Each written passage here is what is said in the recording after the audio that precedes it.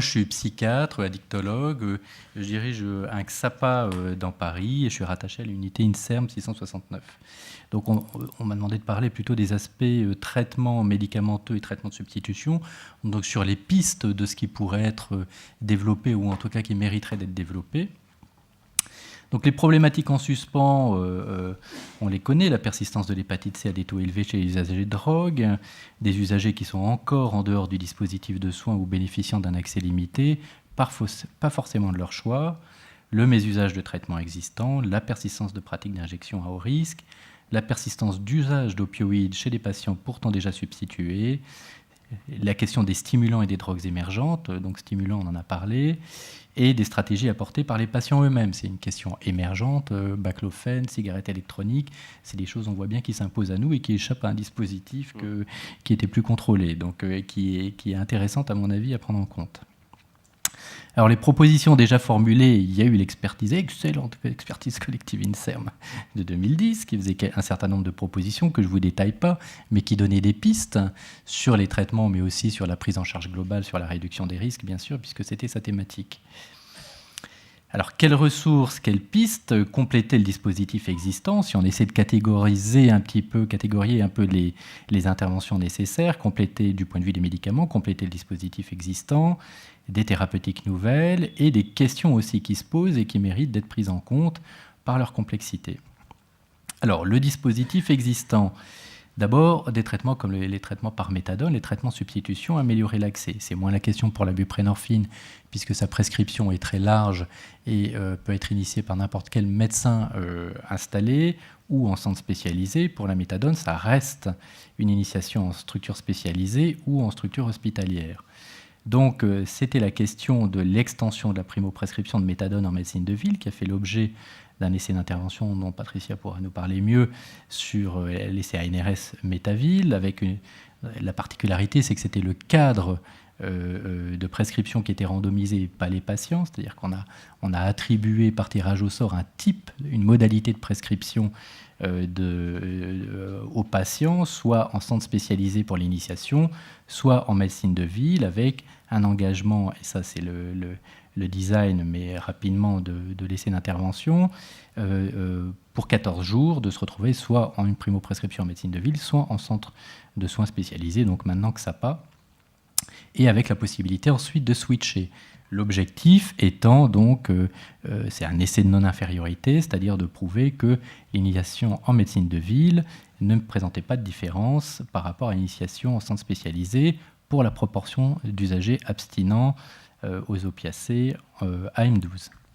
Donc là, les résultats sont en cours de publication, mais la vraie question qui se pose actuellement d'un point de vue dispositif de santé publique, c'est la définition des critères d'habilitation à primo-prescrire et du cadre, parce que c'est une question qui est complexe et qui mérite qu'on s'y penche, parce que du point de vue de l'ajustement, ne serait-ce qu'au niveau des habilitations, il y a beaucoup de questions qui se posent. Sur l'amélioration de l'accès, il y a d'autres choses qui méritent aussi d'être prises en compte, comme la situation de la prison, qui était aussi une thématique de l'expertise collective, où les choses, on peut dire pour l'instant, n'avancent pas trop, avec des risques qui sont bien présents en détention et qui sont, avec de plus en plus d'arguments qui étayent ces risques. Un principe d'équivalence qui est énoncé par l'Organisation mondiale de la santé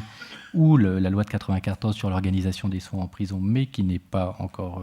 appliquée en France. Et aussi une chose qui, à mon avis, est importante, c'est que les publications internationales montrent très bien que, en population générale, c'est l'association, la combinaison d'interventions, notamment méthadone et programme d'échange de seringues, qui est la seule à montrer une diminution de l'incidence, donc qui fait un plaidoyer pour la complémentarité des interventions. Et dans un environnement comme la prison, où il y a énormément de conditions à risque, population, environnement, comorbidité psychiatrique, usage de drogue, autant de raisons qui font qu'on devrait y être particulièrement attentif. C'est une vraie question de santé publique, mais une question politique aussi.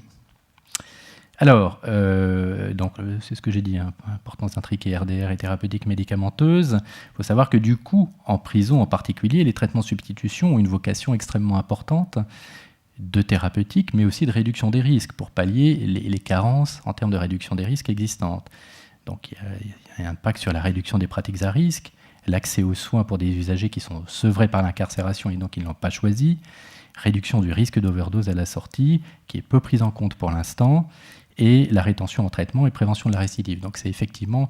en tout cas il faut au moins insister là-dessus pour pouvoir faciliter les conditions de prévention et de soins pour les détenus. Multiplier les formes galéniques, sinon les formes injectables de TSO, donc ça je ne vais pas en parler parce que ça ferait partie des choses aussi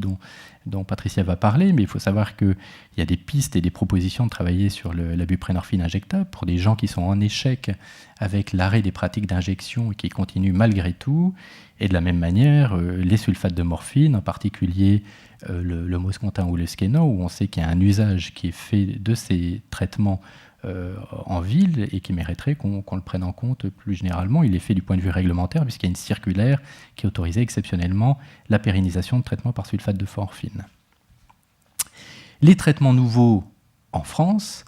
puisque notamment l'héroïne médicalisée est un traitement qui a fait la preuve de son efficacité depuis longtemps dans d'autres pays, qui devrait pouvoir être envisagé toujours pour ces patients qui sont en échec avec les traitements classiques, qui sont des injecteurs compulsifs et en particulier en difficulté, que ce soit par voie injectable ou inhalée, combiné à d'autres TSO, c'est en général comme ça que ça se passe dans les dispositifs, avec une supervision soignante.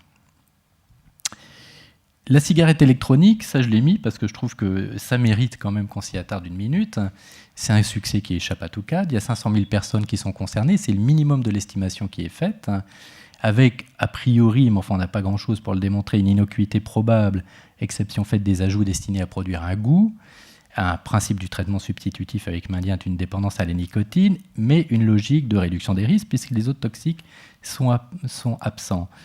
Je trouve que ça a son intérêt particulier parce que je dirais presque comme pour le baclofène, c'est une demande et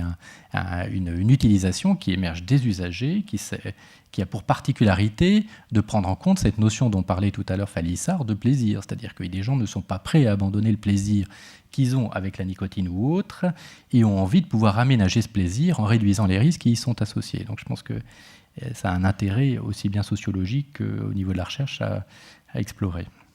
Le nalméphène qui va être commercialisé, qui est un antagoniste des récepteurs opiacés, qui est utilisé pour réduire l'appétence pour l'alcool de manière ponctuelle ou régulière et qui a une autorisation de mise sur le marché européenne, donc qui devrait être disponible bientôt. Le méthylphénidate dont on a parlé, donc je ne vous en reparle pas plus que ça, mais en pensant qu'on est confronté à pas mal de patients qui ont ces difficultés et qu'effectivement on est très démunis en tant qu'addictologue vis-à-vis de ces patients. Le baclofène, qui est un peu dans la même condition que la cigarette électronique, même si ça n'a rien à voir, c'est un médicament et c'est évalué comme tel, mais une indication posée par les usagers, puis ensuite soutenue par des médecins, avec une démonstration de l'efficacité qui n'est pas encore parfaite, surtout de l'innocuité, mais vous le savez, donc il y a une recommandation transitoire, recommandation transitoire d'utilisation de 3 ans qui a été annoncée il y a quelques jours, avec 2 études en cours, dont on attend évidemment les résultats. Et alors, l'autre question qui me paraît, à mon avis, importante, c'est de pouvoir, dans les questions nouvelles, sur les traitements, intriquer les interventions. Vous avez certainement entendu parler du SLAM, qui est cette pratique d'injection de catinone, de synthèse, donc de produits assez puissants, qui s'achètent très facilement sur Internet, injectés dans un contexte souvent sexuel, avec des partenaires, avec des usagers qui sont souvent VIH+, et pour lesquels on sait qu'il y a des pratiques à risque qui sont très importantes, autant sur le plan sexuel que des pratiques d'injection. Aide a fait un rapport récemment qui décrit, essaie de point de vue qualitatif de décrire ces pratiques et surtout de faire des propositions en termes de prévention qui sont, on le voit bien, pas simples et en tout cas propose de combiner la prévention, une prévention ciblée portant sur les outils utilisés par les usagers et en particulier Internet et un soutien communautaire avec des thérapeutiques adaptées, mais pour l'instant il n'y en a pas 36 000. Les legal highs, donc c'est ces drogues de synthèse de manière plus générale que je trouve moi très inquiétantes parce qu'elles sont peu chères, très puissantes, extrêmement faciles d'accès par Internet, et j'espère que c'est un usage qui va rester relativement limité, mais je veux dire, les patients qui en font usage décrivent quand même des effets qui sont inquiétants, et on a peu de recul sur les effets somatiques ou psychiatriques, et notamment la législation est complètement démunie, puisqu'elle suit au pas à pas l'apparition des molécules pour essayer de statuer le plus vite possible. Donc il y a un vrai problème avec ces drogues. Voilà, et place croissante des dépendances associées place croissante des dépendances impliquant des médicaments hors prescription. Alors on sait qu'aux États-Unis, à part le cannabis, c'est la première cause de dépendance. C'est les médicaments détournés de leur usage, en particulier les opiacés.